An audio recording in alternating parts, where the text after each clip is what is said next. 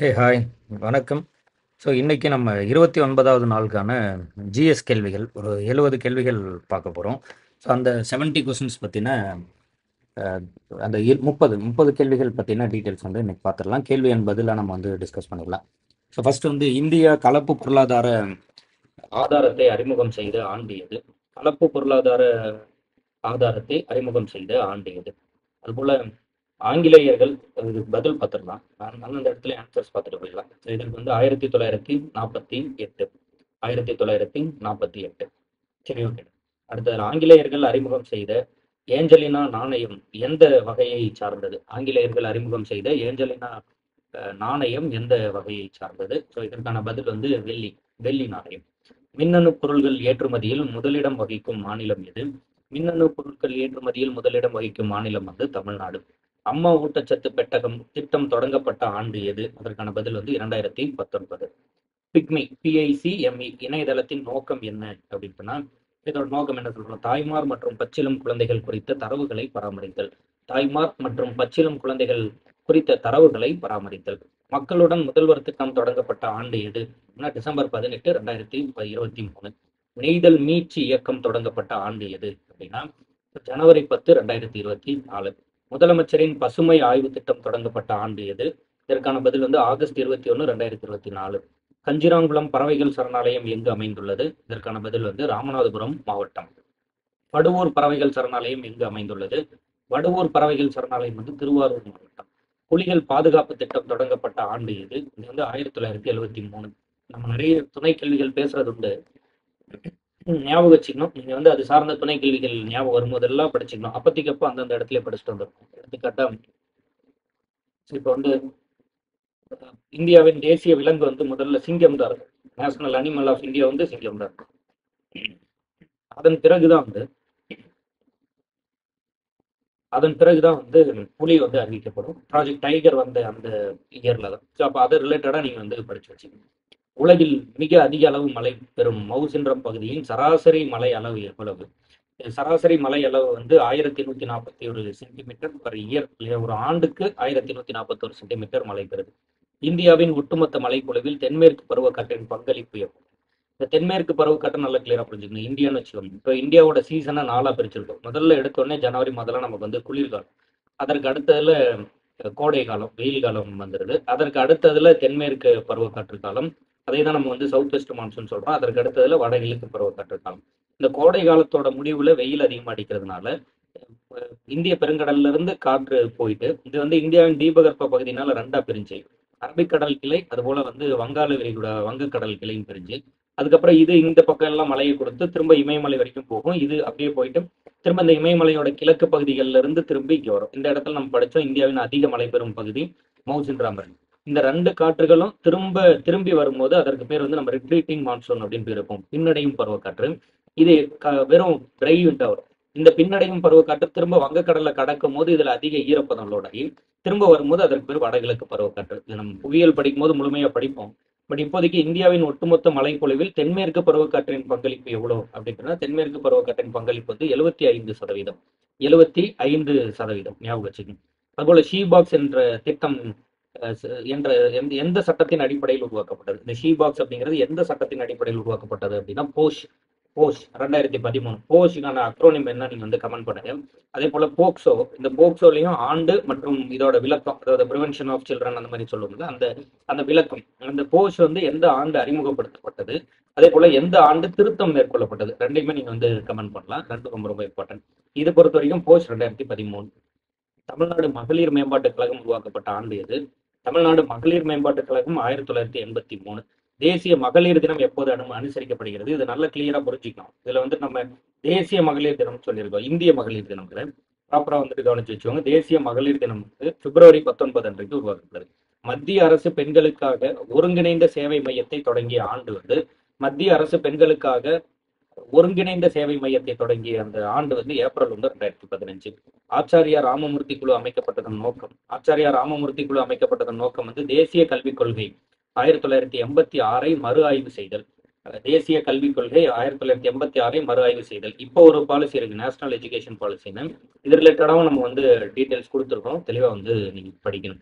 அதுபோல அடுத்தது வந்து இந்திய பாராளுமன்றத்தில் பூஜ்ய நேரம் அறிமுகப்படுத்தப்பட்ட ஆண்டு. பிரிட்டிஷ்காரங்க இருக்கும்போது அந்த பூஜ்ய நேரம் இல்லை, பிறகுதான் நம்ம அறிமுகப்படுத்துறோம். 1962 தான் பூஜ்ய நேரம் அறிமுகப்படுத்தப்படுது. அதாவது 11 மணிக்கு பாராளுமன்றம் தொடங்கும், 11ல இருந்து 12 வரைக்கும் கேள்வி நேரம்.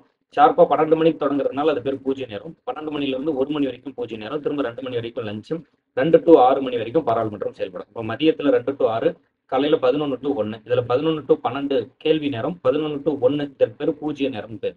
இங்க வந்து ஏற்கனவே கேள்விகள் கொடுத்து அதை வந்து கேள்வியை கேட்பாங்க, அது வந்து கொஸ்டின் அவர்.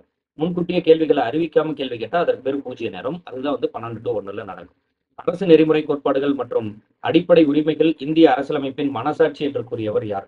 அது இந்த கூற்றுகள் நிறைய நம்ம படிப்போம். மனசாட்சி அப்படின்னு சொன்னவர் வந்து கிராண்ட்மைல் ஆஸ்டின். போல சந்திரகுமார் வழக்கு எதனுடன் தொடர்புடையது? சந்திரகுமார் வழக்கு வந்து உயர்நீதிமன்றங்களின் நீதி புனராய்வு அதிகாரம் தொடர்பானது, ஜுடிஷியல் ரிவ்யூன்னு சொல்லுவோம். நீதித்துறைக்கு சட்டம் இயற்றக்கூடிய அதிகாரம் இல்லை, ஆனா இயற்றப்பட்ட சட்டத்தை செல்லும் செல்லாதுன்னு அறிவிக்கிற அதிகாரம் இருக்கு. ஒருவேளை அது அரசியலமைப்பு முரணா இருக்கு, பொருந்தல, அந்த மாதிரி இருந்தா இயற்றப்பட்ட ஒரு சட்டம் செல்லாதுன்னு அறிவிக்கலாம். இதுதான் நம்ம ஜுடிஷியல் ரிவ்யூன்னு சொல்றோம், நீதி புனராய்வு. சில திருத்தங்கள் கூட நம்ம வந்து சஜஸ்ட் பண்ணலாம். முழுமையா செல்லாதுன்னு அறிவிக்கிறதுக்கு பதிலா இது ஒரு சில மாற்றங்களை பண்ணுங்க அப்படின்னு சஜஸ்ட் பண்ணலாம்.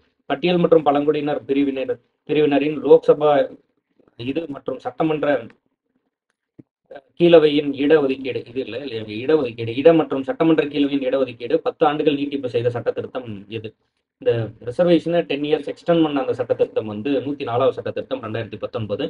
இந்த சட்ட திருத்தத்தை எக்ஸ்டெண்ட் பண்ணும்போது தான் ஆங்கிலோ இந்தியன்ஸ்க்கான அந்த பிரதிநிதித்துவத்தை அவங்க எக்ஸ்டெண்ட் பண்ணாம விட்டுட்டாங்க, அதனால அது லேப்ஸ் ஆயிடுச்சு. இப்போ வந்து ஆங்கிலோ இந்திய பிரதிநிதித்துவம் கிடையாது. சரி, அதுபோல தேசிய பாதுகாப்பு சட்டம் ரொம்ப ரொம்ப முக்கியம்.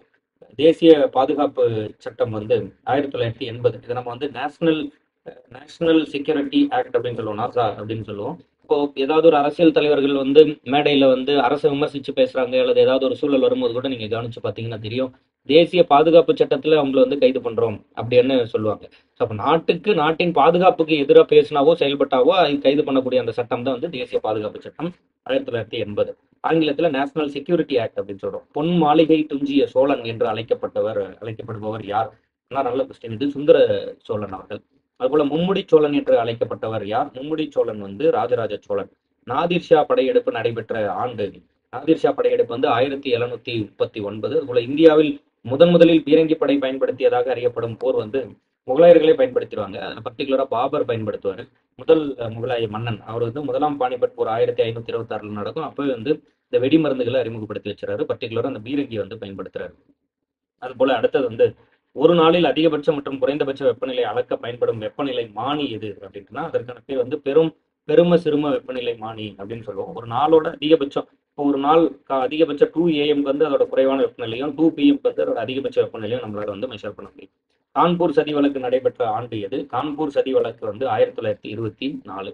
சிட்டகாங் ஆர்மரி ரைடர்ஸ் ரெமனைசன்ஸ் என்ற புத்தகத்தை எழுதியவர் யார் அப்படின்னா, என்ற புத்தகத்தை எழுதியவர் வந்து கல்பனா தத் அவர்கள் வந்து அந்த புத்தகத்தை எழுதுறாங்க.